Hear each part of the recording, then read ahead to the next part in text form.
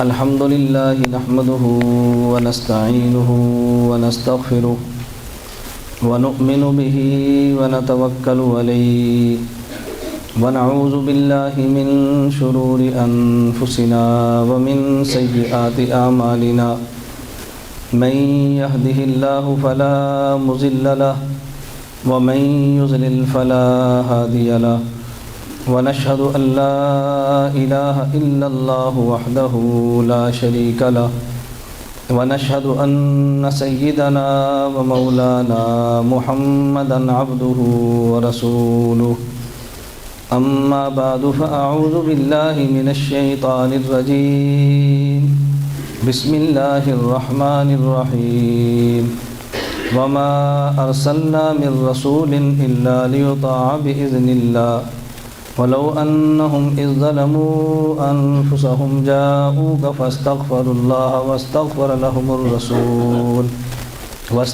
لهم الرسول لوجدوا الله توابا رحيما اللهم صل على محمد وعلى آل محمد كما صليت على إبراهيم وعلى آل إبراهيم إنك حميد مجيد اللهم بارك على محمد وعلى آل محمد كما باركت على إبراهيم وعلى آل إبراهيم إنك حميد مجيد۔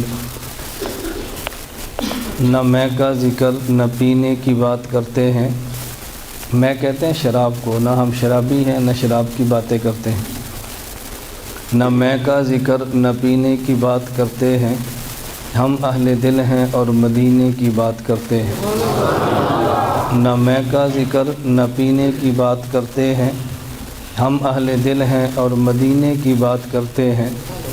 وہ مردہ دل ہیں جو قائل نہیں حیات النبی کے، وہ مردہ دل ہیں جو قائل نہیں حیات النبی کے، ہم زندہ دل ہیں اور جینے کی بات کرتے ہیں۔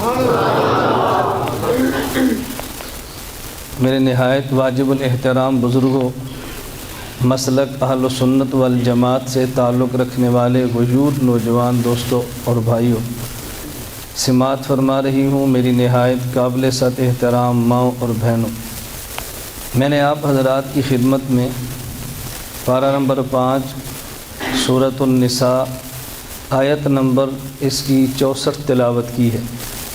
اس آیت کریمہ میں اللہ رب العزت نے مضمون ارشاد فرمایا ہے، اور میں اس آیت کی روشنی میں آپ کی خدمت میں 2 باتیں پیش کروں گا۔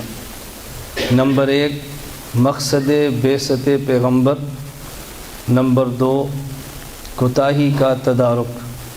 اللہ رب العزت نے رسول اکرم صلی اللہ علیہ وسلم کو کیوں بھیجا، اور اگر اس بعثت کو سمجھنے میں کسی سے کوتاہی ہو جائے یا بعثت کو سمجھا ہے لیکن اس کے تقاضوں پر عمل کرنے میں کچھ کوتاہی ہو جائے تو پھر اس کے تدارک کا طریقہ کیا ہے؟ قرآن کریم امت کو درمیان میں چھوڑتا نہیں، قرآن کریم مخلوق کو مایوس نہیں کرتا۔ اگر کوئی شخص قرآن کریم کو پڑھے اور تلاوت کرے سمجھ کر، تو قرآن کریم انسان کی جائز خواہشات کو پورا کرتا ہے، انسان کی تشنگی کو دور کرتا ہے، درمیان میں اٹھنے والے سوالات کے جوابات قرآن کریم خود دیتا ہے۔ تو نمبر 1 رسول اکرم صلی اللہ علیہ وسلم کی بعثت کا مقصد کیا ہے، یہ بتانا اس لیے ضروری ہے کہ ربیع الاول کا مہینہ 1-2 دن بعد شروع ہونے والا ہے، غالباً 13 یا 14 جنوری کو یکم ربیع الاول ہوگی، اور ربیع الاول کی آمد پر دنیا بھر کے مسلمانوں میں ایک خوشی کی لہر دوڑتی ہے، اس لیے کہ عموماً یا عام مورخین کا قول یہ ہے کہ اسی ماہ میں رسول اکرم صلی اللہ علیہ وسلم کی ولادت مبارکہ ہوئی ہے۔ پیغمبر کی ولادت پہ خوش ہونا یہ ایمان کا تقاضا ہے، اور رسول اکرم صلی اللہ علیہ وسلم کی ولادت پر پریشان ہونا یہ دل میں نفاق یا کفر کی علامت ہے۔ اس لیے دنیا میں کوئی بھی ایسا شخص نہیں جو رسول اکرم صلی اللہ علیہ وسلم کی پیدائش مبارک پر خوش نہ ہو یا خوشی کا اظہار نہ کرتا ہو۔ فرق صرف اتنا ہے، اللہ کے پیغمبر دنیا میں آئے حضور اکرم صلی اللہ علیہ وسلم کے آنے پر ایک خوشی وہ ہے جو عقل مند کی ہے، اور ایک خوشی وہ ہے جو عقل مند کی نہیں ہے، کم عقل والے کی ہے۔ عقل والا بالغ ہوتا ہے اور کم عقل والا وہ چھوٹا ہوتا ہے۔ ایک خوشی بالغ کی ہے اور ایک نابالغ کی ہے، ایک خوشی سمجھدار کی ہے اور ایک خوشی احمق اور بیوقوف کی ہے۔ جب بھی گھر میں کوئی مہمان آئے تو مہمان کی آمد پر خوشی بڑوں کو بھی ہے، مہمان کی آمد پر خوشی بچوں کو بھی ہے۔ بڑوں کی خوشی یہ ہے کہ ہمارے گھر ہمارے فلاں رشتے والا آیا ہے، وہ رشتے کو دیکھ کر خوش ہوتے ہیں اور ان کے ذہن میں ہے کہ وہ مہمان آیا، ہم اس مہمان کا اکرام کریں گے، ہم اس کی خدمت کریں گے۔ ہمارے بھاگ اٹھے کہ ہم جاگ اٹھے کہ ہمارے گھر میں فلاں شخصیت مہمان بنی ہے، وہ خوش اس بات پر ہیں ہمیں مہمان کی خدمت کا موقع ملے گا، مہمان کی اکرام کا موقع ملے گا، اور مہمان کے اوپر کچھ خرچ کرنے کا موقع ملے گا۔ اور جو گھر میں چھوٹے بچے ہیں خوش وہ بھی ہیں، لیکن وہ خوش اس بات پر نہیں کہ مہمان کے آنے پر ہم مہمان کی خدمت کریں گے، وہ خوش اس بات پر ہیں کہ مہمان کے آنے پر ہمارے گھر میں کیا پکے گا، مہمان آئے گا تو اس کے ہاتھ میں کیا ہے، مہمان آئے گا تو ہمیں کھانے کو کیا ملے گا۔ تو بڑوں کی خوشی اس بات پر ہے کہ ہمارے گھر فلاں بڑا شخص آیا، اس نسبت کا خیال کر کے خوش ہوتے ہیں اور اس کے آمد کے مقصد پہ غور کرتے ہیں، اور چھوٹے نہ نسبت کا خیال کرتے ہیں اور نہ ہی اس کے مقصد پہ خیال کرتے ہیں۔ ان کے آنے کی خوشی یہ ہے کہ مہمان کے آنے پر ہمارے گھر میں کیا پکا ہے۔ رسول اکرم صلی اللہ علیہ وسلم تشریف لائے، نبی کے آنے پر عقل مند خوش ہے کہ یہ دیکھیں کہ رسول اکرم صلی اللہ علیہ وسلم سے جو ہمارا ایمانیات اور روحانیات کا تعلق ہے، اس تعلق کی بنیاد پر پیغمبر جو آئے ہیں تو کس لیے آئے ہیں۔ اور جن میں عقل کم ہے وہ خوش ہے کہ جب اللہ کے نبی آئے ہیں تو پیغمبر کے آنے پر کیا پکے گا۔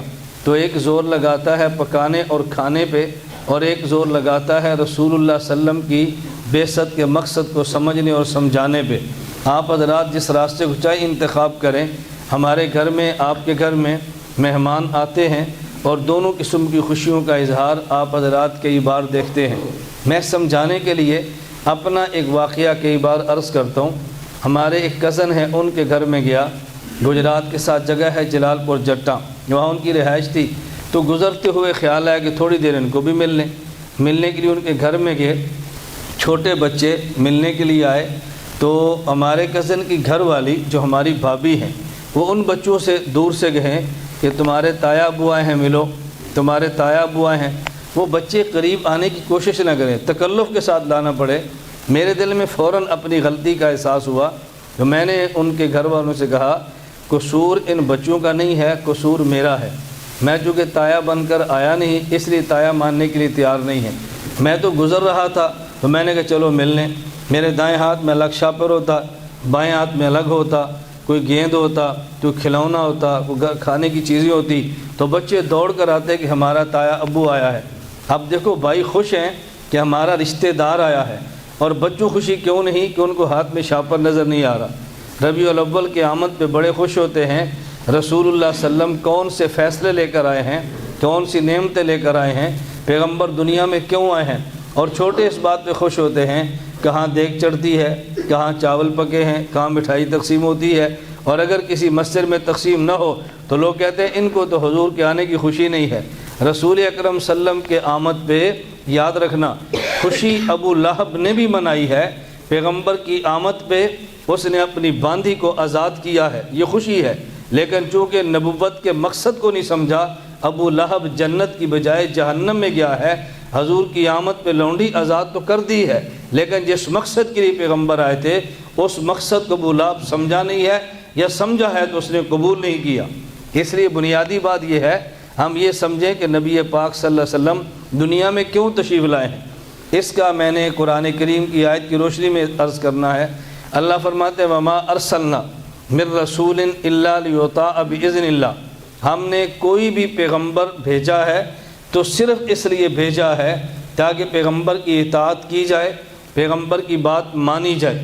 وما ارسلنا من رسول، یہاں اللہ نے رسول کو عام رکھا ہے، الف لام داخل نہیں کیا، معرفہ ذکر نہیں کیا، یہ میں طلباء کے لیے کہتا ہوں، رسول نکرہ ذکر کیا ہے یہ بتانے کے لیے کہ یہ مسئلہ صرف خاتم الانبیاء کے ساتھ نہیں صلی اللہ علیہ وسلم، بلکہ آدم سے لے کر عیسیٰ علیہ السلام تک جس قدر انبیاء اور رسول آئے ہیں یہ معاملہ سب کے ساتھ تھا۔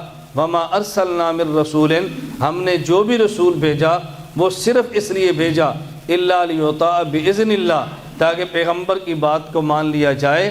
لیکن پیغمبر کی بات کیوں مانتے ہیں؟ فرمایا باذن اللہ، اس لیے کہ اگرچہ زبان پیغمبر کی ہوتی ہے لیکن بات پیغمبر کی نہیں ہوتی، اگرچہ لفظ پیغمبر کے ہیں لیکن حکم خداوند تعالیٰ کا ہوتا ہے۔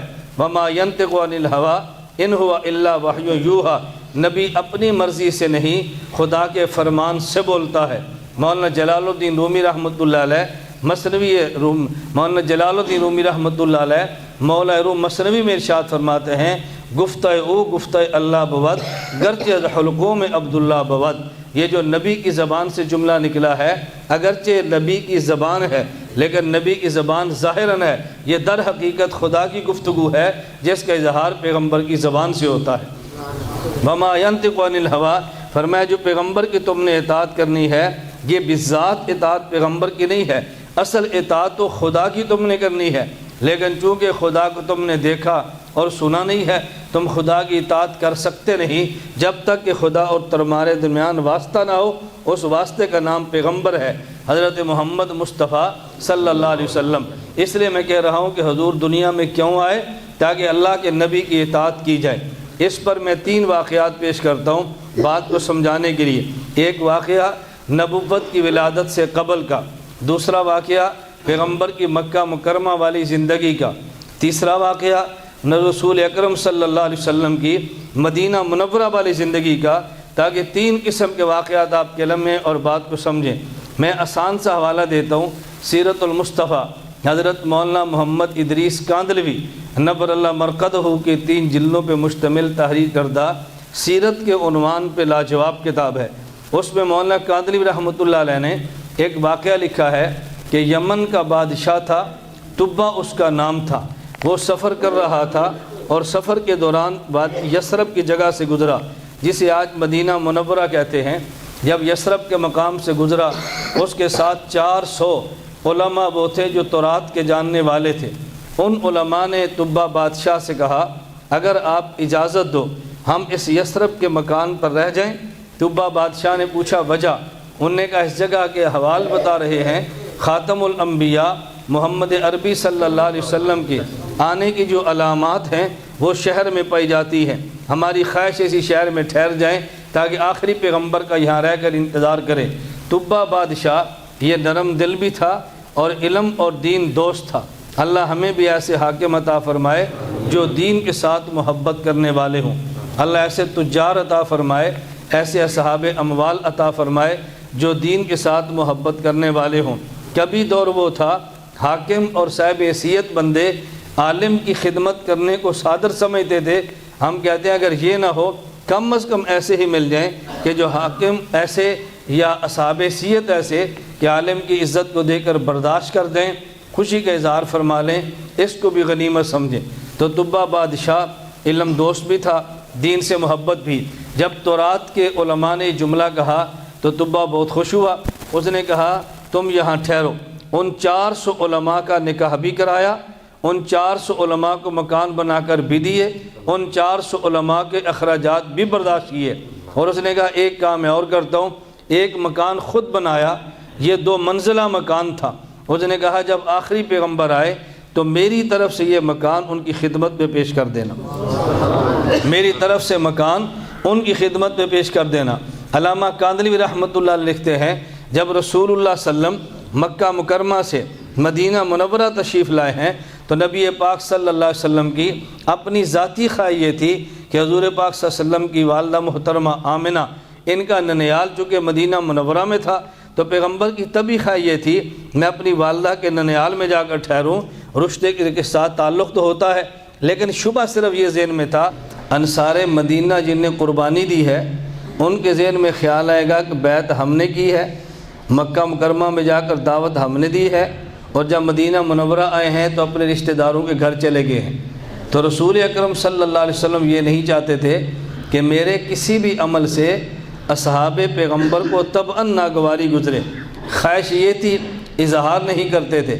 جب رسول اکرم صلی اللہ علیہ وسلم مدینہ منورہ میں داخل ہوئے، نبی پاک صلی اللہ علیہ وسلم اونٹنی پر سوار تھے۔ بعض صحابہ کرام رضی اللہ عنہم مجمعین نے اونٹنی کی مہار کو پکڑا اور بٹھانا چاہا تاکہ ہمارے گھر حضور ہمارے مہمان بنے۔ رسول اکرم صلی اللہ علیہ وسلم فرمایا دعوہا فإنہا مأمورۃ، اس میری اونٹنی کو چھوڑ دو، یہ خدا کے حکم سے چلی ہے، خدا کے حکم سے رکے گی۔ اس کو روک دو، خدا کے حکم سے چلی ہے، خدا کے حکم سے رکے گی۔ تو ان کے ننیالی جو خاندان تھا اسی جگہ پہ ابو ایوب انصاری رضی اللہ تعالیٰ عنہ کے مکان کے سامنے جا کر اونٹنی بیٹھ گئی۔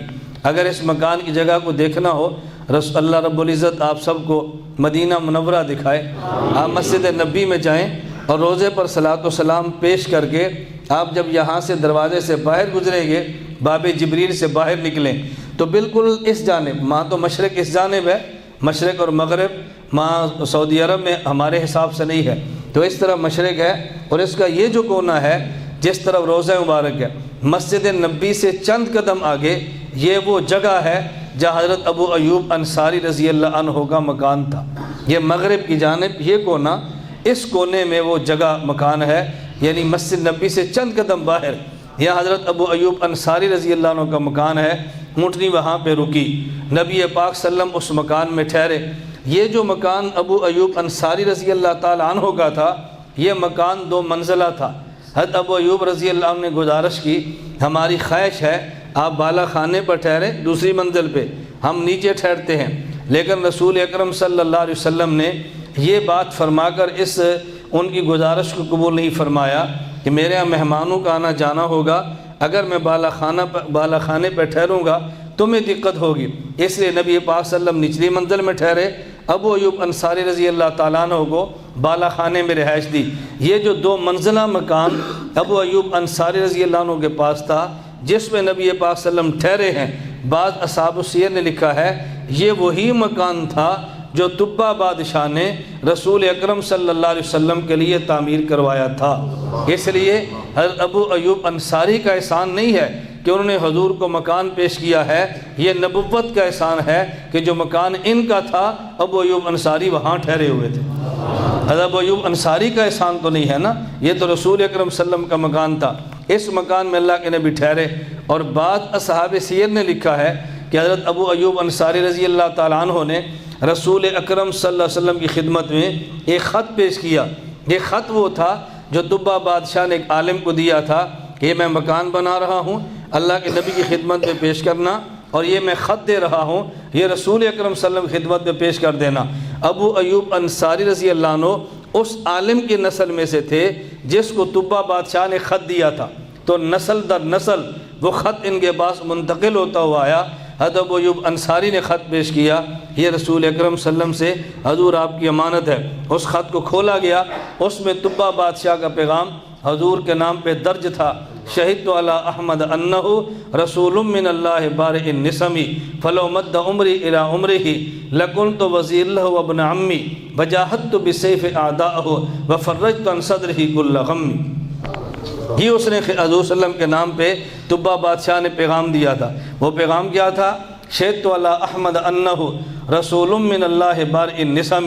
اس نے کہا میں گواہی دیتا ہوں حضرت احمد اللہ رب العزت کے سچے پیغمبر اور رسول ہے۔ فلو مد عمری الی عمرہ، اگر میری زندگی نے وفا کی اور حضور کے آنے تک میں زندہ رہا، لکنت وزیر لہ وابن عمی، تو بادشاہ حضور ہوں گے، میں وزیر بنوں گا اور ان کا معاون بنوں گا، بادشاہت حضور کے قدموں پہ قربان کر دوں گا۔ پھر اگلا جملہ تبہ سے مزید نیچے اتر کر کہا، اس نے کہا وزارت کیا ہوتی ہے؟ وجاہدت بسیف اعداءہ، میں حضور کا سپاہی بن کے نبی کے دشمنوں سے جہاد کروں گا، وفرجت عن صدرہ کل غم، اور پیغمبر کے سینے سے غم کو دور کر کے حضور کے سینے کو ٹھنڈا کر دوں۔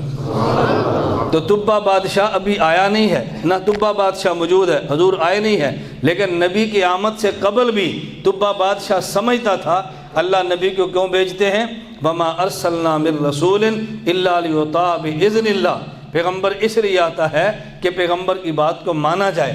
تو طبا نے حضور پاک صلی اللہ علیہ وسلم کی آمد سے قبل یہ اعلان کر دیا تھا اگر آپ تشریف لے آئے اور میں نے آپ کی زندگی کو پا لیا تو اس نے کہا میں حضور حکومت چھوڑ دوں گا، وزیر بنوں گا، وزارت چھوڑ دوں گا، مجاہد بن کے آپ کا دفاع کروں گا۔ تو پیغمبر اس لیے آتا ہے تاکہ پیغمبر کی بات کو مانا جائے۔ اور دوسرا واقعہ سماعت فرمائے، رسول اکرم صلی اللہ علیہ وسلم مکہ مکرمہ میں ہے، حضور پاک صلی اللہ علیہ وسلم نے اعلان نبوت فرما دیا ہے۔ نبی کریم صلی اللہ علیہ وسلم کا چچا ابو جہل، جسے اہل عرب ابو الحکم کہتے تھے، پہلے سے کہتے ابو الحکم، ابو الحکم حکم جمع حکمت کی، اور ابن کا معنی ہمیشہ باپ نہیں ہوتا بلکہ ابن کا معنی کبھی ہوتا ہے والا۔ ابو الحکم کا معنی حکمتوں والا، یعنی ابو جہل عمر بن ہشام اس کا نام تھا۔ یہ اتنا دانا، اتنا سمجھدار تھا، اہل عرب کہتے ابو الحکم، یہ حکمتوں والا ہے، یہ سمجھدار ہے، حکمت اس سے سیکھو۔ اسی ابو الحکم کے اس لقب کو بھی، اس کنیت کو بھی حضرت سراقہ بن مالک رضی اللہ تعالیٰ عنہ نے اپنے اشعار میں نقل کیا ہے۔ ایک مرتبہ ایسے کمیٹی ان کی بیٹھی ہوئی تھی اور اس کمیٹی میں ابو جہل اینڈ کمپنی سارے موجود تھے، اور اس کمیٹی کا فیصلہ مشورہ کیا چل رہا تھا کہ رسول اکرم صلی اللہ علیہ وسلم کو گرفتار کیا جائے زندہ علیہ باللہ، یا ان کا سر لایا جائے۔ ابو بکر صدیق رضی اللہ عنہ کو گرفتار کیا جائے یا ان کا سر لایا جائے، اور جو ان دونوں میں سے کسی کا سر لائے گا یا ان کو گرفتار کرا دے گا اس کو 100 اونٹ انعام میں دیے جائیں گے۔ میں ایک نکتہ عرض کرتا ہوں، جو قیمت نبی کے سر کی ہے وہی قیمت صدیق کے سر کی لگی ہے۔ جو قیمت نبی کے سر کی ہے وہی قیمت صدیق کے سر کی لگی ہے، یعنی حضور کے سر کی جو قیمت کفر نے لگائی ہے وہی قیمت صدیق کے سر کی لگائی ہے۔ اس کا مطلب یہ ہے کفر اس دور کا بھی سمجھتا تھا کہ حضور کے بعد ان کے منصب پہ آنے والا صدیق ہے، ان کے منصب پر آنے والا صدیق ہے، تو صدیق اکبر رضی اللہ عنہ کے سر کی قیمت یہ لگی ہے۔ خیر سراقہ نے سنا تو وہاں سے چپ کے ایک سائڈ پہ نکل گیا۔ اس کی خواہش یہ تھی کہ میں جلدی جلدی جا کر تلاش کروں اور تلاش کر کے میں ان کو گرفتار کرا دوں تاکہ 100 اونٹ انعام میں لے لوں۔ مجلس سے نکلا اور مجلس سے نکلنے کے بعد اس نے اپنی باندی سے کہا فلاں جگہ پر میرا گھوڑا لاؤ۔ وہ باندی اس فلاں جگہ پہ گھوڑا لائی، یہ چھپ کے دوڑا، گھوڑے پہ بیٹھا اور رسول اکرم صلی اللہ علیہ وسلم کی تلاش میں نکلا۔ کسی نے بتایا کہ اس طرف گئے ہیں، جب دور سے دیکھا سراقہ یہ دوڑاتا ہوا گھوڑا آ رہا تھا تو حضرت صدیق اکبر نے کہا یا رسول اللہ لگتا ہے دشمن نے ہمیں دیکھ لیا ہے کہ گرفتار نہ ہو جائیں۔ فرمایا لا تحزن، صدیق غم نہ کر، لا تحزن، صدیق تو غم نہ کر۔ جب سراقہ قریب آیا رسول اکرم صلی اللہ علیہ وسلم نے ہاتھ اٹھا دیے، نبی کے ہاتھ اٹھنے تھے کہ سراقہ کا گھوڑا گھٹنوں تک زمین میں دھنس گیا۔ اسی وقت سراقہ نے کہا آپ بزرگوں کی وجہ سے میرے گھوڑے کے ساتھ یہ آفت آئی، آپ دعا کرو اللہ مجھے معاف کر دے۔ حضرت نبی پاک صلی اللہ علیہ وسلم نے پھر ہاتھ اٹھائے اور یہ سراقہ کا گھوڑا زمین سے باہر نکل آیا۔ یہاں پر مولانا کاندھلوی نے ایک جملہ لکھا ہے، فرماتے ہیں دیکھیں موسیٰ علیہ السلام کا معجزہ تھا کہ قارون زمین میں دنسایا گیا، رسول اللہ کا معجزہ ہے کہ سراقہ کا گھوڑا زمین میں دنسا دیا گیا۔ جو معجزہ ان کو ملا یہ معجزہ خدا نے ان کو بھی دیا ہے۔ میں اس پر حاشیہ چڑھا کر ایک بات کہتا ہوں، بڑوں کا متن ہوتا ہے، چھوٹوں کے حاشیے ہوتے ہیں۔ میں کہتا ہوں بالکل یہ بات بجا ہے۔ حضرت موسیٰ علیہ السلام کا معجزہ قارون زمین میں دھنسا، رسول اللہ کا معجزہ سراقہ کا گھوڑا زمین پہ دھنسا، لیکن دونوں معجزوں میں فرق یہ ہے قارون زمین میں دھنسا ہدایت نہیں ملی، سراقہ گھوڑا زمین میں دھنسا اور اس کو ہدایت بھی ملی ہے۔ معجزے کا اظہار وہاں بھی ہے یہاں بھی ہے، لیکن وہ کفر پہ مرا، یہ ہدایت پہ گیا ہے۔ فرق تو ہے نا جی، معجزہ وہ بھی تھا یہ بھی تھا، لیکن آگے اتنا فرق ضرور پڑا ہے۔ سراقہ نے کہا جی نبی پاک صلی اللہ علیہ وسلم، پھر سراقہ نے جب دعا مانگی سراقہ گھوڑا ٹھیک ہو گیا۔ سراقہ نے کہا مجھے لیے آپ دعا فرمائیں، میں واپس جاتا ہوں، کوئی میرے ذمہ خدمت ہے تو بتائیں۔ رسول صلی اللہ علیہ وسلم نے فرمایا تمہارے ذمہ کی خدمت ہے کہ واپس جا کر کسی کو ہمارے بارے میں اطلاع نہ دینا، ہمارا راستہ مت بتانا۔ اس وقت کہتے ہیں سراقہ کو اندازہ ہوا آنے والے وقت میں رسول اللہ صلی اللہ علیہ وسلم دنیا پر غالب ہو جائیں گے، تو میں ابھی سے کیوں نہ اپنے لیے پناہ لے لوں۔ انہوں نے کہا حضور مجھے امان لکھ دیں، جب آپ حکومت ملے تو مجھے کچھ نہ کہا جائے۔ حضرت عامر صدیق کے غلام تھے، ان کے ہاتھوں ان کو یہ بھی لکھ دیا گیا، امن کا پیغام ملا۔ اور حضور نے فرمایا سراقہ اس دن کا خیال کرو، ایک وقت آئے گا کہ جب کسریٰ کے بادشاہوں کی بیگمات کے کنگن مدینہ منورہ میں آئیں گے، وہ وقت آئے گا۔ پھر ایک وقت آیا حضرت فاروق اعظم رضی اللہ عنہ کے دور میں، جب مال غنیمت جمع ہوا، فرمایا سارا مال لاؤ، مال تلاش کیا گیا۔ حضرت فاروق اعظم فرمانے لگے اس مال میں کسریٰ بادشاہ کی بیگم کے کنگن نظر نہیں آ رہے، وہ کدھر ہیں؟ حضرت عمر سے کہا گیا جی آپ کو کیسے پتہ چلا؟ فرمایا سراقہ کو لاؤ۔ سراقہ آئے، حضرت عمر نے فرمایا سراقہ تم بتاؤ۔ انہوں نے کہا جی میں گواہی دیتا ہوں، حضور پاک صلی اللہ علیہ وسلم نے فرمایا تھا ایک وقت آئے گا کسریٰ بادشاہ کی بیگمات کے کنگن بھی تمہارے پاس ہوں گے۔ حضرت عمر نے فرمایا محل تلاش کرو، اس کے اندر کنگن ہونے چاہیے۔ تلاش کیا گئے، وہ بیگمات کے کنگن بھی اس کے اندر موجود تھے۔ خیر یہ سراقہ جب واپس مکہ مکرمہ گیا، ابو جہل نے پوچھا اے سراقہ کچھ کدھر گئے تھے؟ اس نے بتایا میں سفر پہ گیا تھا، میں کسی طرف گیا تھا، رسول اللہ محمد کو دیکھا ہے؟ سراقہ نے کہا بالکل دیکھا ہے، کدھر ہے؟ اس نے کہا ابو جہل اب بتانے کا فائدہ نہیں ہے۔ اس نے پوچھا کیوں؟ اب سراقہ کا جملہ سنو۔ اس نے کہا ابا حکم واللہ لو کنت شاہدا، ابا حکم واللہ لو کنت شاہدا لامر جوادی حین ساحت قوائمہ لعلمت ولم تشکک بان محمدا نبی فلا یقاومہ۔ اس نے ابو حکم، میں ابو الحکم پہ سنا تھا، اس نے کہا ابا حکم واللہ میں قسم اٹھا کر کہتا ہوں جس وقت میرے گھوڑے کو زمین پہ دنسایا جا رہا تھا، اگر اس وقت تو موجود ہوتا تو یقین کر لیتا محمد خدا کا پیغمبر ہے اور دنیا کا کوئی بندہ اس کا مقابلہ نہیں کر سکتا۔ ابو جہل ان کے مقابلے کی چھوڑو، اپنا راستہ تلاش کرو۔ میں کہہ رہا تھا یہ ابو جہل تھا، لیکن پہلے اس کو ابو الحکم کہتے تھے۔ میں نے اس پہ شعر سنایا بطور استشہاد کے کہ اس کو ابو الحکم کے نام سے یاد کیا جاتا تھا۔ ابو جہل نے رسول اللہ صلی اللہ علیہ وسلم کی شان میں کوئی چند ایک بدتمیزی کے کلمات کہہ دیے۔ حضرت حمزہ رضی اللہ عنہ شکار کھیلنے کے لیے گئے تھے، باپ تشریف لائے تو قبیلہ جدعان ایک شخص تھا، ان کی باندی نے کہا اے حمزہ آج ابو جہل نے، عمر بن ہشام نے، اس نے تمہارے چچا کی شان میں کچھ کلمات نازیبا کے ہیں۔ حضرت حمزہ رضی اللہ عنہ غیرت کو جوش آیا، سیدھا ابو جہل کے پاس گئے۔ انہوں نے کہا کہ آپ نے میرے چچا، حالانکہ چچا تو دونوں تھے نا، آپ نے میرے بھتیجے کی شان میں کوئی نازیبا کلمات کہے ہیں؟ اس نے کہا میں نے کہے ہیں۔ حضرت حمزہ رضی اللہ تعالیٰ عنہ نے اسی وقت اپنی کمان کو لیا اور ابو جہل کے سر میں مارا، اور ابو جہل کے سر سے خون جاری ہو گیا۔ اب دیکھو ابو جہل گستاخ پیغمبر تھا، حضرت حمزہ رضی اللہ عنہ ابھی کلمہ نہیں پڑھا، گستاخ پیغمبر کے سر میں وار کیا جس سے خون نکلا۔ یہ اتنی بڑی نیکی ہے، خدا کو اتنی پسند آئی ہے کہ ابو جہل نے پوچھا حمزہ تم نے کلمہ پڑھ لیا ہے؟ انہوں نے کہا ہاں میں نے کلمہ پڑھ لیا ہے۔ ابو جہل نے کہا تو صابی ہو گیا ہے، بے دین ہو گیا؟ انہوں نے کہا نہیں میں نے کلمہ پڑھ لیا ہے۔ حضرت حمزہ گھر گئے تو ان کے دل میں شیطان نے وسوسے ڈالے رسول اللہ صلی اللہ علیہ وسلم کے دین کے بارے میں۔ یہ سیدھے حرم میں گئے اور پھر اللہ سے دعا مانگی اللہم ان کان رشدا فجعل تصدیقہ فی قلبی، اللہ کے حضرت محمد کا دین سچا ہے میرے دل میں تصدیق کو ڈال دے، اگر دین سچا نہیں ہے میرے دین کی تنگی ختم کر دے۔ ان کو شرح صدر ہو گیا کہ رسول اللہ صلی اللہ علیہ وسلم سچے نبی ہیں۔ حضرت حمزہ سیدھے نبی پاک خدمت میں حاضر ہوئے اور کہا جی میں گواہی دیتا ہوں آپ اللہ کے سچے پیغمبر اور سچے رسول ہیں۔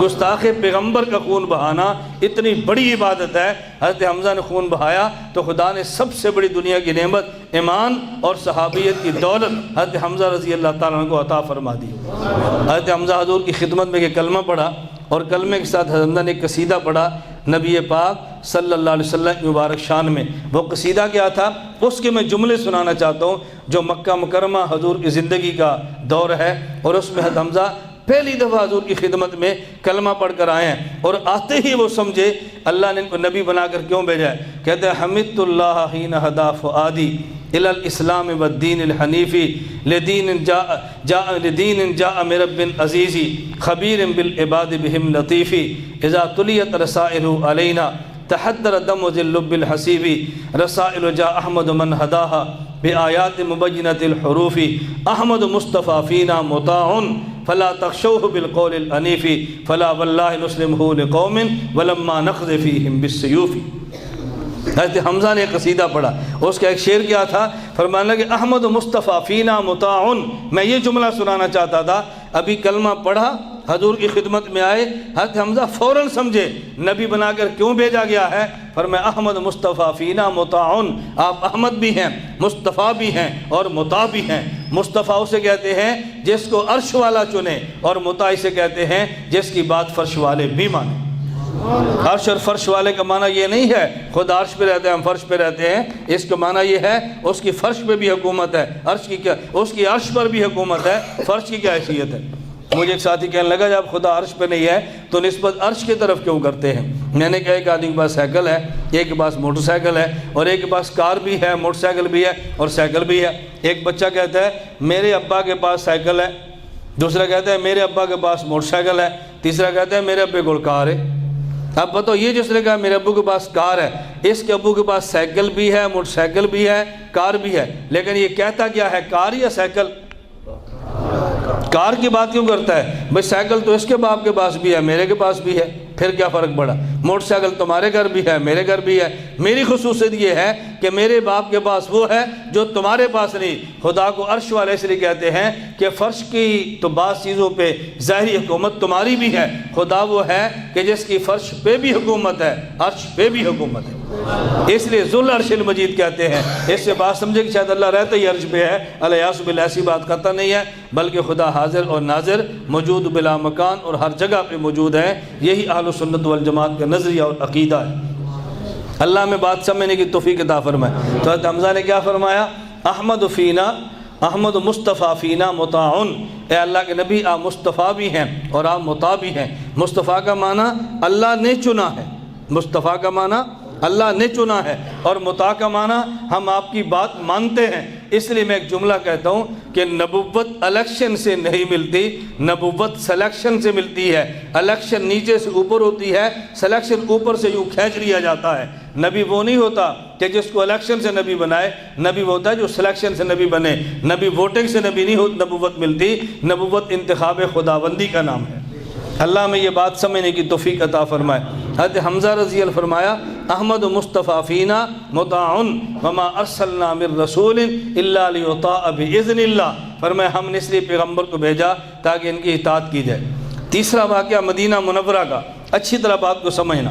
رسول اکرم صلی اللہ علیہ وسلم مکہ مکرمہ سے مدینہ منورہ تشریف لائے۔ مدینہ منورہ نبی کی آمد پہ خوشیاں منائی گئیں، ہر طبقے نے خوشیاں منائی جن کو رسول اللہ صلی اللہ علیہ وسلم سے عقیدت، محبت اور پیار تھا۔ حضرت رسول صلی اللہ علیہ وسلم مدینہ میں آمد پہ بعض خواتین نے اور بعض بچیوں نے حضور کی آمد پہ اشعار پڑھے ہیں، وہ اشعار آپ نے سنے ہیں، اور عموماً ہماری اردو کی کتابوں میں 2 شعر بیان کیے جاتے ہیں، 2 شعر پڑھے جاتے ہیں، اور تیسرا شعر جو اہم ہے نہ اس کو لکھا جاتا ہے نہ پڑھا جاتا ہے۔ ان بچیوں نے شعر کیا پڑھے؟ طلع البدر علینا من ثنیات الوداع وجب الشکر علینا ما دعا للہ داعی ایھا المبعوث فینا جئت بالامر المطاع۔ یہ بچیوں کے شعر ہیں۔ طلع البدر علینا من ثنیات الوداع وجب الشکر علینا ما دعا للہ داعی، کہتے ہمارے پاس 14ویں رات کا چاند نکل کر آیا ہے، 14ویں رات کا چاند ان گھاٹیوں سے نکل کر آیا ہے۔ وجب الشکر علینا ما دعا للہ داعی، جب تک کوئی بولنے والا پکارنے والا موجود ہو اللہ کا شکر ہم ادا کرتے رہیں گے۔ اصل جملہ فرمایا ایھا المبعوث فینا جئت بالامر المطاع، یہ مدینہ منورہ کی عورت اور جو ناقص العقل ہے، مدینہ منورہ کی بچیاں، وہ بھی پکار اٹھی ہیں۔ آج کا بڑا نہیں سمجھتا، وہ چھوٹی سمجھی ہیں، آج کا مرد نہیں سمجھتا، وہ عورت سمجھی ہے۔ کہتے ایھا المبعوث فینا جئت بالامر المطاع، اے پیغمبر آپ کو خدا نے ہماری طرف بھیجا ہے۔ ایھا المبعوث فینا جئت بالامر المطاع، آپ کے ذمہ حکم دینا ہے، ہمارے ذمہ حکم ماننا ہے۔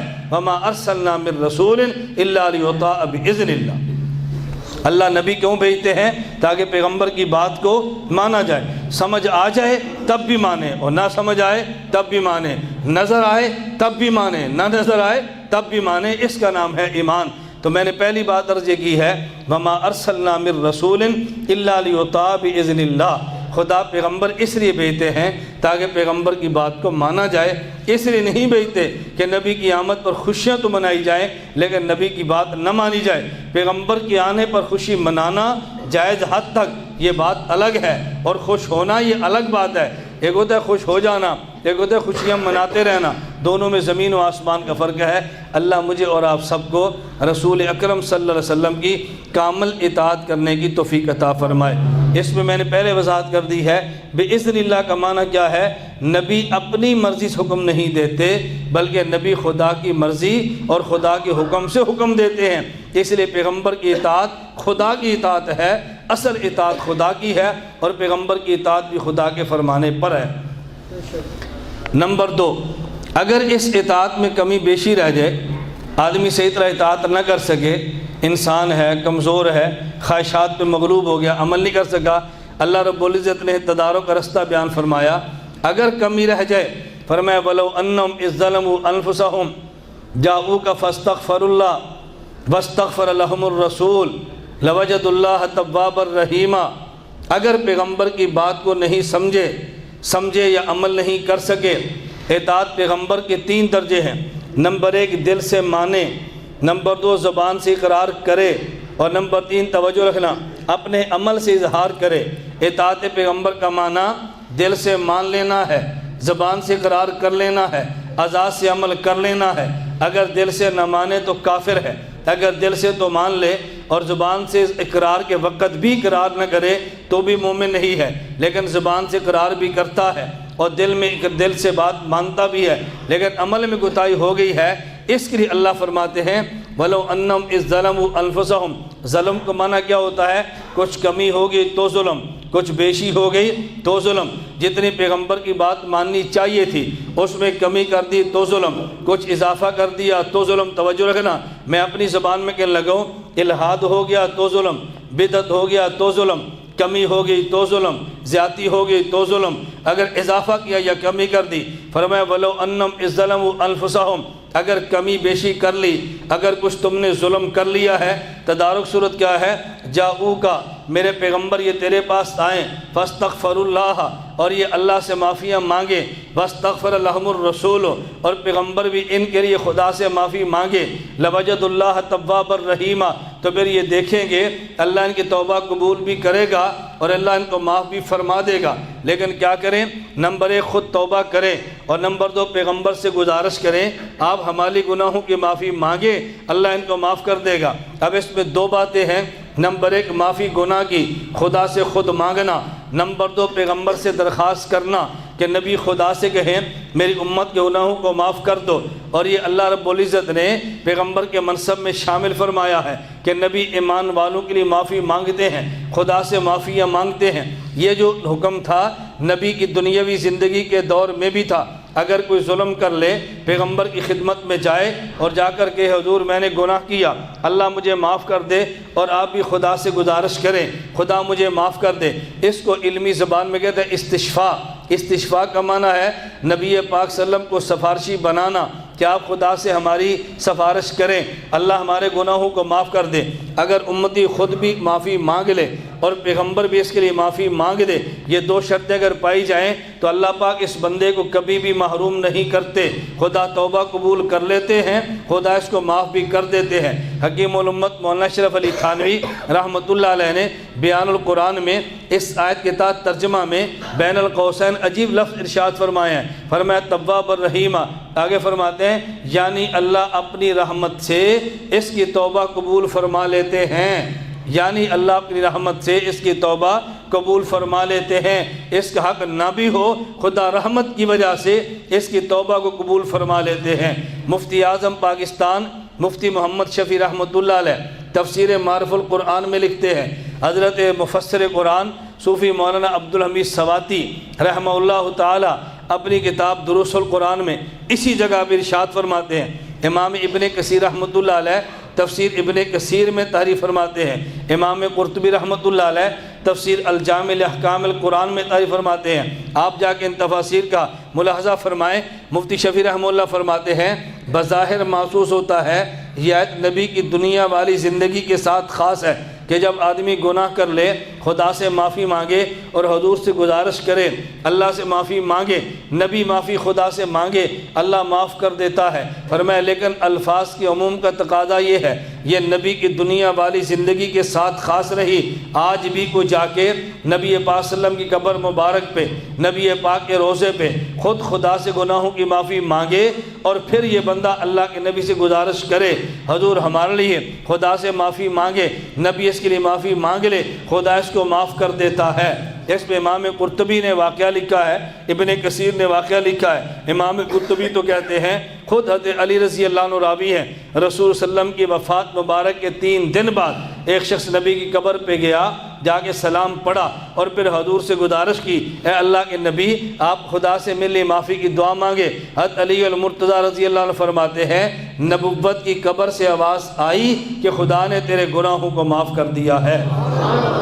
امام ابن کثیر رحمۃ اللہ علیہ نے واقعہ لکھا ہے، ابن کثیر رحمہ اللہ فرماتے ہیں کہ کئی ایک مشائخ نے یہ بات نقل کی ہے کہ عبید اللہ بن عمر العتبی کہتے ہیں قلت جالسا عند قبر النبی صلی اللہ علیہ وسلم، میں نبی پاک صلی اللہ علیہ وسلم کی قبر مبارک کے پاس بیٹھا ہوا تھا، فجاء اعرابی، ایک دیہات سے نبی کا عاشق آیا، حضور کا عاشق تھا لیکن تھا دیہاتی، وہ نبی پاک صلی اللہ علیہ وسلم کی خدمت میں قبر پہ حاضر ہوا، اس نے کہا السلام علیکم یا رسول اللہ، پہلے حضور کی خدمت میں سلام عرض کیا، پھر اس نے کہا سمعت اللہ یقول، میں نے قرآن کریم میں اللہ پاک کا یہ ارشاد سنا ہے، کیا ولو انہم اذ ظلموا انفسہم جاؤک فاستغفر اللہ واستغفر لهم الرسول لوجد اللہ توابا رحیما، اگر ایمان والے ظلم کر لیں پھر نبی کے پاس آ کر گناہوں کی معافی خدا سے مانگیں اور نبی ان کے لیے خدا سے گناہوں کی معافی مانگ دے، اللہ اپنی رحمت سے ان کی توبہ قبول کر لیتے ہیں۔ اس نے کہا قد جئتک مستغفرا لذنبی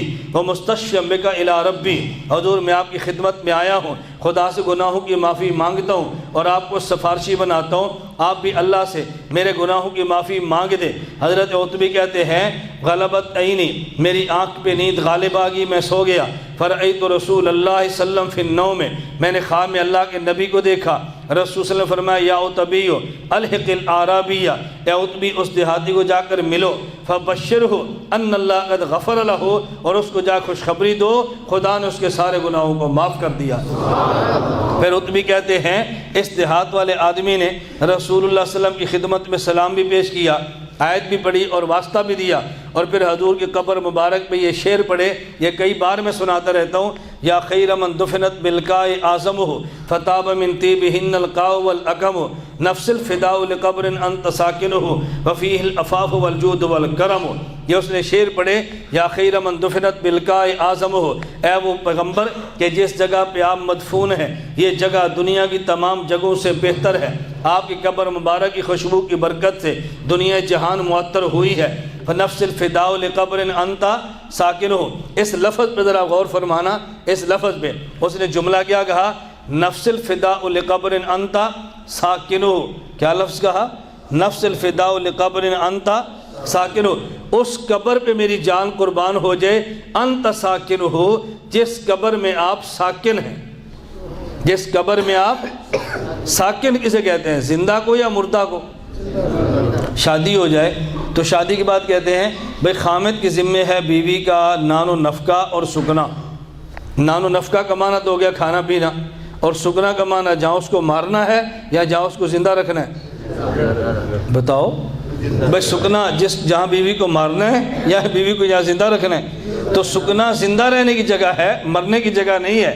اس نے کہا لقبر انت نفس الفداء لقبر انت ساکنہ، میری جان فدا ہو جائے اس قبر پہ جس میں آپ ساکن ہیں، تو اس کا نظریہ تھا کہ رسول اللہ صلی اللہ علیہ وسلم قبر مبارک میں زندہ ہیں، میری جان فدا ہو اس قبر پہ جس پہ آپ تشریف فرما ہیں، فیہ العفاف والجود والکرم، اس میں عفت بھی ہے، اس میں جود و کرم اور سخاوت بھی ہے۔ میں 2 شعر سنایا کرتا ہوں، ایک شعر تو یہ اور ایک شعر اور سنیں۔ جب رسول اللہ صلی اللہ علیہ وسلم اس دنیا میں تھے اور اپنی بیوی امی عائشہ کی حجرہ میں ہیں، جب حضور اس دنیا میں ہیں اور ازواج مطہرات کے حجرے ہیں، اور ایک یہ دنیا چھوڑ دی اور اب نبی پاک صلی اللہ علیہ وسلم امی عائشہ حجرے میں ہیں، ایک اس جہان میں اور ایک اس جہان میں، جب حضور پاک صلی اللہ علیہ وسلم کے ازواج مطہرات کے کمرے بنے، حجرے مبارک بنے، علامہ کاندھلوی رحمۃ اللہ علیہ سیرت المصطفیٰ پہ لکھتے ہیں ایک عاشق نے نبی کی شان میں حضور کے حجروں کو دیکھ کے شعر کہا تھا، توجہ رکھنا، نبی کے حجروں کو دیکھ کے ایک عاشق نے کلام پڑھا تھا، اس نے بڑی عجیب بات کی، کہتے یا بدی الدل والانجی لک سلطان علی المہجی لک سلطان علی المہجی ان بیتا انت ساکنہ غیر محتاج الی السروج وجہک المعمول حجتنا یوم یات الناس بالحجاج۔ عجیب اس نے کلام کیا ہے، کہتے یا بدی الدل والانجی، حسن و جمال کے مالک پیغمبر، لک سلطان علی المہجی، لوگوں کی حکومت بدن پہ ہے، آپ کی حکومت دلوں پہ ہے۔ ان بیتن انت ساکنہ، وہ گھر جس میں آپ رہتے ہیں، غیر محتاج الی السروجی، یہ چراغ کا محتاج نہیں ہے۔ وجہک المعمول حجتنا یوم یات الناس بالحججی، خدا قیامت کو پوچھیں گے کیا لائے ہو، لوگ اعمال پیش کریں گے، خدا ہم سے پوچھے گا کیا لائے ہو، ہم آپ کا چہرہ پیش کریں گے۔ لوگ قیامت کے دن اعمال پیش کریں گے، ہم آپ کا چہرہ پیش کریں گے۔ وجہک المعمول حجتنا یوم یات الناس بالحججی، عمل کو مسترد کیا جا سکتا ہے، نبی کے چہرے کو مسترد نہیں کیا جا سکتا۔ اللہ پوچھے گے کیا لائے ہو، کوئی نماز پیش کرے گا، کوئی روزہ پیش کرے گا، ہم حضور کا مبارک چہرہ، اللہ ہم اس کے ماننے والے ہیں، ہم اس والے ہیں۔ آدمی کے اعمال تو مسترد ہو سکتے ہیں۔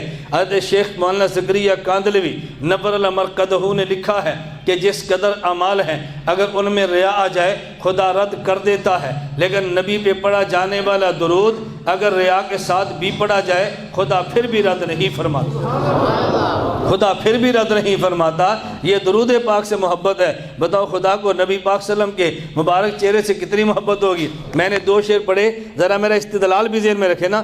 جس نے نبی پاک صلی اللہ علیہ وسلم کی اس دنیاوی زندگی میں حجرے کو دیکھا، اس نے کہا ان بیتن انت ساکنہ، جس نے نبی کے حجرے کو دیکھا جب حضور عالم برزخ میں ہے، کہتا ہے نفس الفداء لقبر انت ساکنہ، جو دنیاوی حجرے میں دیکھے وہ بھی نبی کو ساکن کہتا ہے، جو نبی کو موت کے بعد حجرے میں دیکھے وہ بھی نبی کو ساکن کہتا ہے۔ اس کا معنی یہ ہے کہ جس نے اس حجرے میں دیکھا اس نے بھی کہا ان بیتن انت ساکنہ، اور جس نے وفات کے بعد نبی کو امی عائشہ کے حجرے میں دیکھ کر وہ بھی کہتا ہے نفس الفداء لقبر انت ساکنہ۔ جب نبی اس دنیا میں امی عائشہ کے حجرے میں تب بھی ساکن ہے، جب نبی اس جہان میں امی عائشہ کے حجرے میں تب بھی ساکن ہے۔ پتہ چلا جب یہاں تھے تب بھی زندہ، جب وہاں ہیں اب بھی زندہ، جب یہاں تھے تب بھی زندہ، جب اب وہاں ہیں تو تب بھی زندہ۔ ہم یہاں بھی زندہ مانتے ہیں اور وہاں کی زندگی اس سے بڑھ کے مانتے ہیں، وہاں کی زندگی اس سے وہاں کی زندگی اس سے بڑھ کے مانتے ہیں۔ تو میں کیا عرض کر رہا تھا، یہ 2 چیزیں، نمبر 1 مقصد بعثت پیغمبر کیا ہے کہ نبی پاک صلی اللہ علیہ وسلم کی بات کو مانا جائے، اور اگر کوتاہی ہو جائے تو پھر رسول اکرم صلی اللہ علیہ وسلم سے درخواست کر کے اپنے گناہوں کو معاف کرا لیا جائے۔ ذرا توجہ رکھنا، رسول اکرم صلی اللہ علیہ وسلم کی ایک مبارک دعا ہے۔ حضور پاک صلی اللہ علیہ وسلم نے اللہ سے دعا مانگی ہے، اللہم لا تجعل قبری وثنا یعبد۔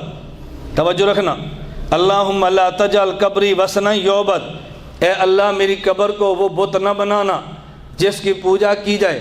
اس دعا اور حدیث مبارک کی روشنی میں آج یار لوگ کہتے ہیں کہ نبی کی قبر پہ شرک نہیں ہو سکتا۔ توجہ رکھنا، نبی کی قبر پہ شرک، میں نے کہا ہم بھی مانتے ہیں، تم بھی مانتے ہو کہ نبی کے روضے پہ شرک نہیں ہو سکتا، ہم بھی مانتے ہیں شرک نہیں ہو سکتا۔ خدا نے نبی کے روضے کو، نبی کی قبر کو شرک سے پاک فرما دیا ہے، تو پھر یہ بات مان لینی چاہیے جو نبی کے روضے پہ عقیدہ درج ہوگا وہ شرک نہیں ایمان ہوگا۔ نہیں سمجھے؟ وہ شرک نہیں۔ تو جب یہ نبی کے روضے پہ عقیدہ درج ہے، کون سا؟ نفس الفداء لقبر انت ساکن ہو، تو پھر یہ شرک نہیں ایمان ہے، یہ شرک نہیں۔ اگر نبی کے روضے پہ شرک نہیں ہو سکتا تو پھر اس کو ایمان مان، اگر اس کو ایمان نہیں مانتا تو پھر کہہ نبی کے روضے پہ شرک ہو سکتا ہے۔ دونوں میں سے ایک بات ماننی پڑے گی، اور ہم دونوں کو مانتے ہیں، یہ ایمان بھی ہے اور شرک بھی نہیں ہو سکتا۔ تو میری بات سمجھ آئیے؟ میں اس کو سمجھانے کے لیے ایک مثال دیتا ہوں۔ ہمارے پاکستان تک مولوی تھا، منکر حیات النبی صلی اللہ علیہ وسلم تھا، نبی کی حیات کے خلاف سب سے گندی زبان اس پاکستان میں اس نے استعمال کی ہے، میں اس کا نام بھی نہیں لیتا، مر گیا، دنیا سے چلا گیا۔ اس کی موت پہ میسج چلا اس کے عاشقوں کا، آدمی جتنا بھی گندا ہو اس کے عاشق تو ہوتے ہیں، اور جتنا بھی اچھا اس کے مخالف بھی ہوتے ہیں۔ میسج کیا چلا؟ میسج چلی کہ علامہ صاحب کی قبر سے خوشبو آ رہی ہے، یہ میسج چلی، علامہ صاحب کی قبر سے خوشبو آ رہی ہے۔ وہ بھی ساتھیوں نے چڑھ دی جلسے میں، بھئی حضرت کی قبر سے خوشبو آ رہی ہے، یہ میسج سچا ہے یا جھوٹا؟ میں نے کہا میں اس پہ کوئی تبصرہ نہیں کرتا، میں ایک چھوٹا سا سوال کرتا ہوں۔ ہمارا اہل سنت والجماعت کا نظریہ ہے القبر روضۃ من ریاض الجنہ، القبر روضۃ من ریاض او حفرۃ من حفر النار، یہ قبر یا جنت کا باغ ہے یا جہنم کا گڑھا ہے۔ ہمارا نظریہ ہے، ہم اس کو جنت کا باغ بھی مانتے ہیں، حضرت احمد علی لاہوری کی قبر کی خوشبو بھی مانتے ہیں، ہم اس کو جنت کا باغ مانتے ہیں، شیخ موسیٰ روحانی بازی کی قبر کی خوشبو بھی مانتے ہیں، ہم اس کو جنت کا باغ مانتے ہیں، حضرت شیخ عبداللہ اسلام آباد والے ان کی قبر کی خوشبو بھی مانتے ہیں، ہم اس کو جنت کا باغ مانتے ہیں، علامہ حیدری کی قبر کی خوشبو بھی مانتے ہیں، ہم اسے جنت کا باغ مانتے ہیں، علامہ توسوی کی قبر کی خوشبو بھی مانتے ہیں، ہم پر تو کوئی اشکال نہیں ہے۔ تو کہتا ہے جنت کا باغ بھی نہیں ہے، یہ جنت کا باغ بھی نہیں ہے اور یہ قبر بھی نہیں ہے، تو مجھے بتا اگر یہ جنت کا باغ نہیں ہے تو پھر جنت کی خوشبو کیسے ہے؟ اگر تو نے جنت کی خوشبو ماننی ہے اس قبر کو جنت کا باغ بھی مان لے، اگر جنت کا باغ نہیں ماننا تو پھر خوشبو نہ مان، تجھے دو میں سے ایک چیز ماننی پڑے گی، یا تجھے عقیدے سے ہاتھ دھونا پڑے گا یا قبر کی خوشبو سے ہاتھ دھونا پڑے گا۔ ہم دیوبند والے اہل سنت والجماعت قبر کو جنت کا باغ بھی مانتے ہیں، خوشبو بھی مانتے ہیں، ہم دونوں مانتے ہیں نا، تمہیں ایک چیز ماننی پڑے گی۔ کوئی گل سمجھ آئی؟ تو ان کے ہاں یہ جنت کا باغ یہ قبر نہیں ہے۔ بھئی جب جنت کا باغ نہیں ہے تو پھر جنت کی خوشبو کیسے؟ ہم دونوں مان لیں گے۔ میں اس طرح سمجھا رہا تھا کہ نبی پاک صلی اللہ علیہ وسلم کے روضے پہ شرک، بولو نبی کے روضے پہ شرک، وہ بھی کہتے ہیں ہم بھی کہتے ہیں۔ اب دیکھ رہے ہیں جو نبی کے روضے پر عقیدہ درج ہے یہ ایمان ہے یا شرک ہے؟ اگر حیات النبی کا عقیدہ ایمان ہے اور یقیناً ایمان ہے تو پھر ہماری بات، اور جب نبی کے روضے پہ شرک نہیں ہو سکتا تو پھر یہ عقیدہ ایمان ہوا، شرک نہ ہوا نا۔ اللہ میں بات سمجھنے کی توفیق عطا فرمائے۔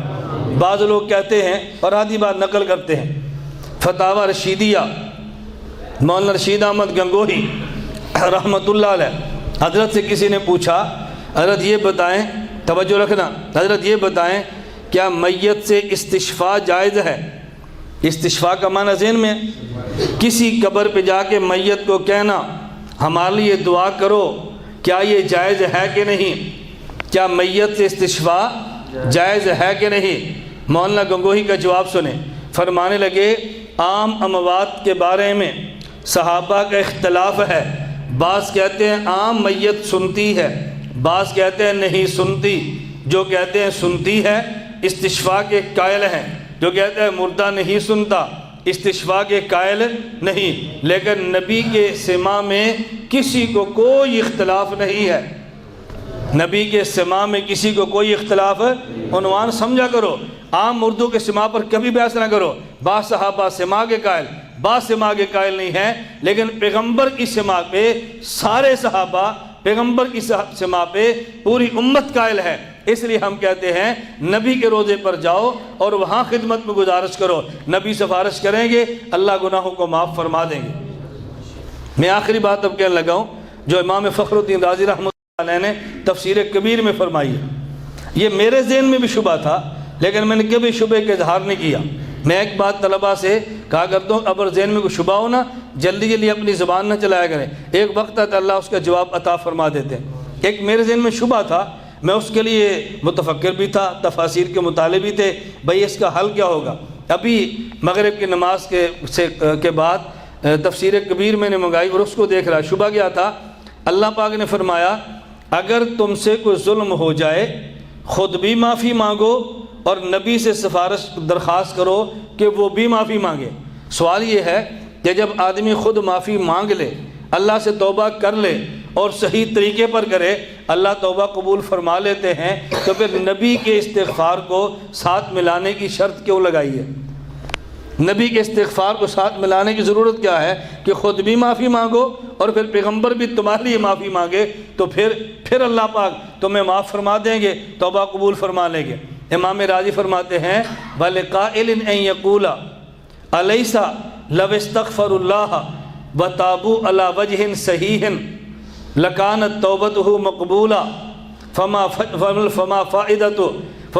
فما فائدة في ضم استغفار الرسول الى استغفاره۔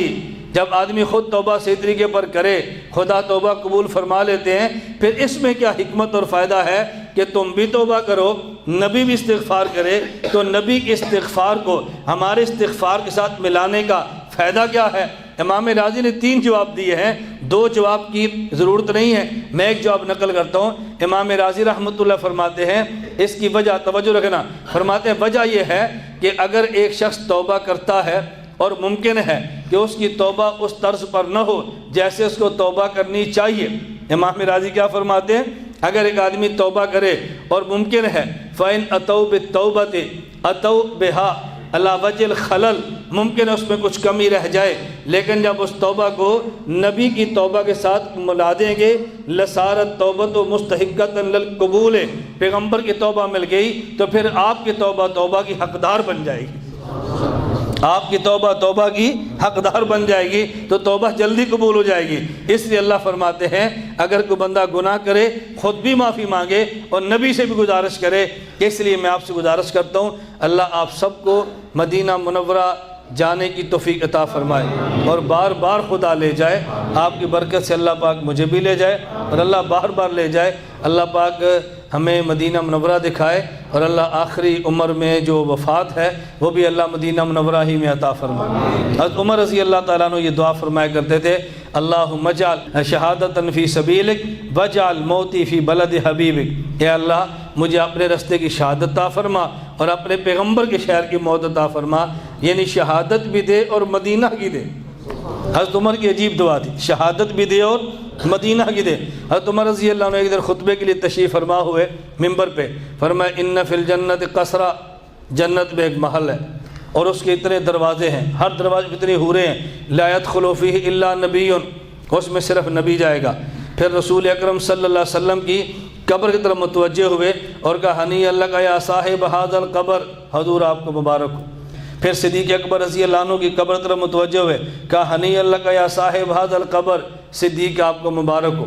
او شہید، یا اس میں شہید جائے گا، یا نبی جائے گا یا صدیق اور یا شہید۔ حضرت عمر رو پڑے اور رو کر فرمانے لگے انا لک شہادت یا عمر، اے عمر تجھے شہادت کیسے ملے گی؟ رو پڑے، کیوں؟ نبی بھی چلے گئے، صدیق بھی چلے گئے، اب کس نے جانا ہے؟ شہید میں۔ کہتے انا لک شہادت یا عمر، اے عمر تجھے شہادت کیسے ملے گی؟ یہ کیوں فرمایا؟ اس لیے عمر امیر المومنین تھے رضی اللہ تعالی عنہ، اور صحابہ نے مشورہ کیا کہ آپ مدینہ منورہ سے باہر نہ جایا کریں، اگر آپ کی جان کو کچھ ہوا تو خلافت کو نقصان ہوگا، میں جانا چاہوں بھی تو میری شورا مجھے جانا نہیں دیتی، عمر تجھے کیسے شہادت ملے گی؟ پھر عمر رضی اللہ تعالیٰ عنہ نے ایک جملہ ارشاد فرمایا جو تاریخ نے اپنے سینے میں محفوظ کر لیا۔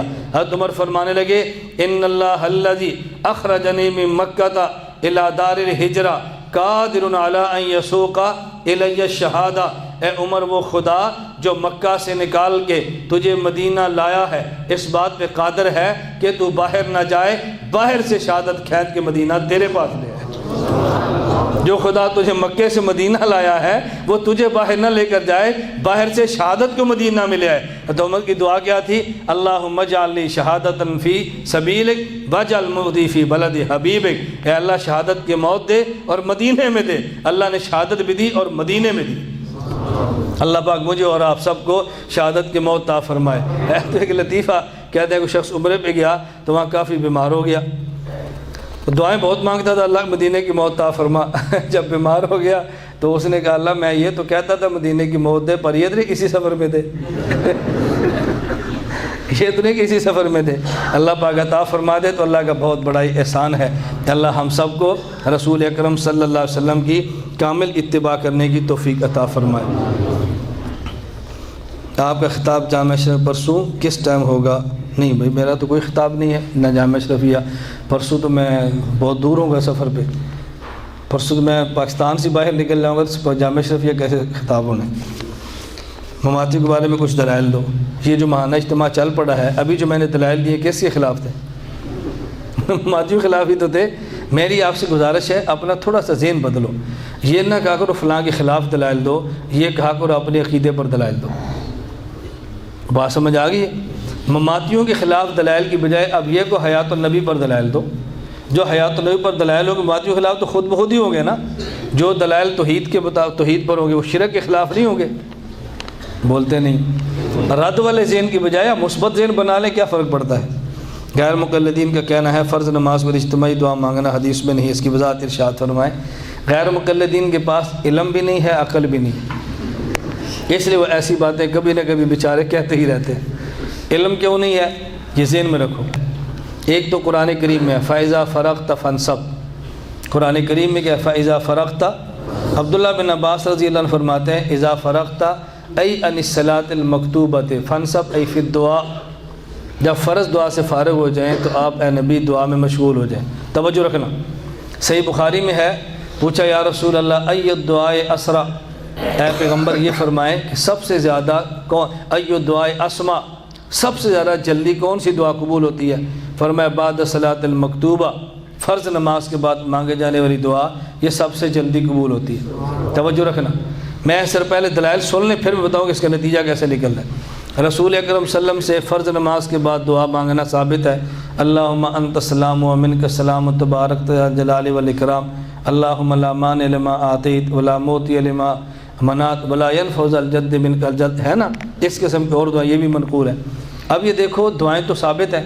اچھا اسی طرح مصنف ابن ابی شیبہ جو حضرت امام بخاری کے استاد ابو بکر ابن ابی شیبہ کی کتاب ہے, اس میں عبداللہ رضی اللہ عنہ فرماتے ہیں کہ میں نے رسول اللہ صلی اللہ علیہ وسلم کے پیچھے نماز پڑھی, فلما سلم انصرف ودعا ورفع یدیہ, جب رسول اللہ صلی اللہ علیہ وسلم نے سلام پھیرا منہ پیچھے کر لیا اور ہاتھ اٹھا کے حضور نے دعا مانگی. توجہ رکھنا. اب سوال یہ ہے نبی پاک صلی اللہ علیہ وسلم اگر فرض نماز کے بعد دعا کبھی کبھی اونچی آواز سے نہیں مانگتے تھے تو ہمیں پتہ کیسے چلا کہ حضور نے یہ دعا مانگی ہے. اس کا معنی جہر کیا ہے تو پتہ چلا ہے نا, ورنہ کیسے پتہ چلا کہ یہ دعا مانگ رہے ہیں. نمبر 2, جب نبی پاک صلی اللہ علیہ وسلم فرض نماز کے بعد دعا مانگیں تو کیا ممکن ہے حضور بیٹھے ہو صحابہ اٹھ جائیں؟ وہ صحابہ تھے, بابا تو نہیں تھے. نہیں بات سمجھے. نہیں, نبی پاک صلی اللہ علیہ وسلم تشریف فرما صحابی اٹھ جائیں, یہ ہو سکتا ہے کہ حضور دعا مانگ رہے ہو صحابی اٹھ کے جا رہے ہو, یہ کیسے ہو سکتا ہے؟ پھر خود صحابی کا اپنا عمل اس بات کی دلیل ہے کہ صحابہ نے سمجھا کیا ہے. علاء بن حضرمی رضی اللہ تعالیٰ عنہ جنگ میں گئے, فجر کی نماز پڑھی اور روایت میں ہے کہ خود گھٹنے کے بل کھڑے ہو گئے, وہ بھی اور مقتدی بھی فجر کی نماز کے بعد, اور سب ہاتھ اٹھا کر خدا سے فتوحات کی دعائیں مانگ رہے ہیں. ایک حدیث کا معنی وہ جو وہابہ سمجھتے ہیں اور ایک حدیث کا معنی وہ جو صحابہ سمجھتے ہیں. وہابہ کا معنی لو تو کوئی دعا نہیں ہے اور صحابہ کا لو تو دعا ہے. اللہ میں فرض کے بعد دعا مانگنے کی توفیق عطا فرمائے. بعض لوگ کہتے ہیں کہ درود ابراہیمی ناقص ہے, اس میں سلام نہیں ہے. جب آپ اتحیات میں بیٹھتے ہیں تو اتحیات للہ والصلوات والطیبات, آگے سلام نہیں آیا, پیچھے کیا رہ گیا؟ درود رہ گیا نا, صلاۃ رہ گیا. اللہم صلی علی محمد, اب دیکھو صلاۃ آ گیا. جو ہم 5 نمازوں میں اور سنت و نفلوں میں آپ ہر نماز میں سلام بھی پڑھتے ہیں صلاۃ بھی پڑھتے ہیں, پھر بھی آپ کا دل چھوٹا ہے کہ یہ درود ہے اور سلام نہیں ہے. تو سلام بھی ہے صلاۃ بھی, دونوں اس میں حرج کی بات کیا ہے؟ پھر یہ درود وہ جو اللہ کے نبی صلی اللہ علیہ وسلم نے خود دیا ہے, جو درود اللہ کے نبی دے اس پر تو بندے کو اشکال نہیں ہونا چاہیے. حکیم الامت تھانوی رحمۃ اللہ علیہ نے 40 احادیث ایسی نقل فرمائی ہیں کہ جس میں صلاۃ کے صیغے بھی ہیں اور سلام کے صیغے بھی ہیں. آپ اس کو لے لیں, آپ اس کا پڑھا کریں, مطالعہ فرمائیں. ہمیں آپ کے لخت جگر کے انتقال خبر ملی ہے, صدقہ بھی اور دعائے خیر بھی. اللہ آپ کو بہت جزائے خیر عطا فرمائے, اللہ بہت جزائے خیر عطا فرمائے. دیکھیں اولاد کے جانے پر کس کو دکھ اور غم نہیں ہوتا, یہ بات تو کہنے والے ہے ہی نہیں ہے نا. لیکن ہم اس پر اللہ کا شکر ادا کرتے ہیں کہ اولاد کے جانے کے باوجود بھی ہمارے کام میں 1 منٹ کا انقطاع نہیں آیا. میں نے بلکہ خود جنازے کے موقع پر خود بیان پون گھنٹہ کیا. وہ بیان آپ وصول کریں اور بیان سنیں ذرا. مجھے اس بیان کے بارے میں امریکہ سے باہر سے بہت فون آئے کہ مولانا ہم نے بیان سنا, میں بہت خوشی ہوئی. میں بلکہ آج جامعہ اشرفیہ میں تھا, وہاں بھی ایک بہت عالم ہے, مجھے فرماتے میں نے آپ کا بیان نیٹ پہ دیکھا اور پھر میں نے اس کو آگے کیا کہتے ہیں لنک آگے دیے اور میں نے بہت سے حضرات کا کہ آپ مولانا کے بیان سنیں. میرا خیال یہ تھا باقی علماء تو بہت کثرت سے تھے, اگر میں ان کو موقع دوں گا 2-2 منٹ بات فرمائیں گے اور میری تعریف یا میری تعزیت کلمات ہی کہتے رہیں گے تو اس سے بہتر ہے کہ اجتماع بہت بڑا ہے تو میں خود ہی پون گھنٹہ تعزیت کے عنوان پہ گفتگو کروں. آپ اس گفتگو ضرور سماعت فرمائیں. باقی اس پہ دکھ بندے کو ہوتا ہے, لیکن مومن کی شان اللہ دکھ میں بھی خوشیاں عطا فرماتے ہیں. جب اولاد کے جانے کا دکھ ہے اور ساتھ خوشی بھی ہے کہ وہ سیدھا جنت میں چلا گیا. اور جنت کے دروازے پہ ہمارا انتظار کرے گا، ہم نالائقوں کو بھی لے کر چلے جائیں گے۔ تو جو خوشیاں یہاں تھوڑی دیر چاہتے ہیں، اللہ جنت کی دائمی خوشیاں عطا فرمائے، اس سے بڑی خدا کی نعمت کیا ہو سکتی ہے۔ میں ویسے اپنے طلباء سے کہہ رہا تھا کہ اللہ پاک کا نظام بہت عجیب ہوتا ہے۔ حضرت یعقوب علیہ السلام کے 12 بیٹے تھے، سب سے زیادہ پیار یوسف علیہ السلام سے تھا اور ابتلا اسی کی وجہ سے ہوا۔ مجھے اپنی اولاد میں سب سے زیادہ پیار اسی سے تھا اور ابتلا بھی اسی کا ہوا۔ اب اس پر کتنا دکھ ہوتا ہے کہ بتانے کی بات نہیں ہوتی، وہ والدین ہی سمجھتے ہیں، لیکن اللہ اس کو ذخیرہ آخرت بنائے۔ ہمارے بھائی مظہر یہاں ماشاءاللہ بیٹھے ہوئے ہیں چلڈرن ہسپتال کے، شاید بھائی آج سے بھی آئے ہوں گے۔ ان حضرات اتنا تعاون کیا ہے، میں ان کے جتنا شکریہ ادا کروں کم ہے۔ اللہ ان کو جزائے خیر عطا فرمائے۔ مفتی رشید احمد کے مدرسہ میں جامعۃ الرشید میں بھی فرض نماز کے بعد دعا نہیں مانگتے۔ آپ ہمیں شخصیات پیش نہ کیا کرو۔ شیخ سرفراز صاحب مفتی رشید احمد صاحب جو بہت بڑے تھے اور میں نے ان کے مدرسے میں 1.5 سال تک پڑھا ہے، امام اہل سنت دعا مانگتے تھے اور ہم ان کے پیچھے دعا آمین کہتے تھے۔ حضرت دعا منگاتے تھے تو میں مفتی رشید احمد دیکھوں، امام اہل سنت کو دیکھوں۔ میری بات سمجھتے ہیں؟ جب شخصیت پیش کریں گے تو پھر ہم مقابلے میں کس کو لائیں گے؟ شخصیات کو۔ اور چھوٹی سے بڑی شخصیت پیش کریں گے نا، تو میں نے تو امام اہل سنت کو اجتماعی دعا کراتے دیکھا ہے، تو پھر میں ان کے بعد باقی شخصیات کو کیسے دیکھوں؟ آپ خود فرماؤ۔ 1.5 سال ہم نے وہاں گزارا ہے۔ فرض نماز کے بعد مفتی رشید احمد رحمۃ اللہ قائل نہ تھے، اس کی کیا وجہ ہے؟ اس کی وجہ تو آپ انہی سے پوچھیں کیا وجہ ہے، میں تو اپنی وجہ بتا دوں کہ ہم کیوں قائل ہیں۔ آپ ہم سے ہماری وجہ پوچھا کریں۔ مفتی رشید احمد رحمۃ اللہ علیہ یہ نہیں کہ دعاؤں کے قائل نہیں تھے، حضرت کا ایک مزاج یہ تھا کہ جب بس اوقات کسی سنت کی آڑ میں خرافات شروع ہو جائیں تو پھر خرافات کی تردید بڑی سختی سے فرماتے ہیں، ورنہ یہ نہیں تھا۔ اللہ میں بات سمجھنے کی توفیق عطا فرمائے، اللہ میں اپنے مشائخ کے نقش قدم پر چلنے کی توفیق دے۔ الحمدللہ رب العالمین والصلاۃ والسلام علی رسول وعلی آلہ وصحابہ اجمعین۔ اے اللہ ہم سب کے گناہوں کو معاف فرما، خطاؤں سے درگزر فرما، جائز حاجات کو پورا فرما، جتنے بیمار ہیں ان کو صحت کامل عاجلہ مسلمہ عطا فرما، جو دنیا سے جا چکے ان کی مغفرت فرما، درجات کو بلند فرما، قبور کو منور فرما۔ اے اللہ ہم سب کو رسول اکرم صلی اللہ علیہ وسلم کی کامل اتباع کی توفیق عطا فرما، ہماری کمیاں اور کوتاہیاں اپنے فضل و کرم سے تو معاف فرما۔ وصلی اللہ تعالی علی رسول خیر خلقہ محمد و آلہ وصحبہ اجمعین برحمتک یا ارحم الراحمین۔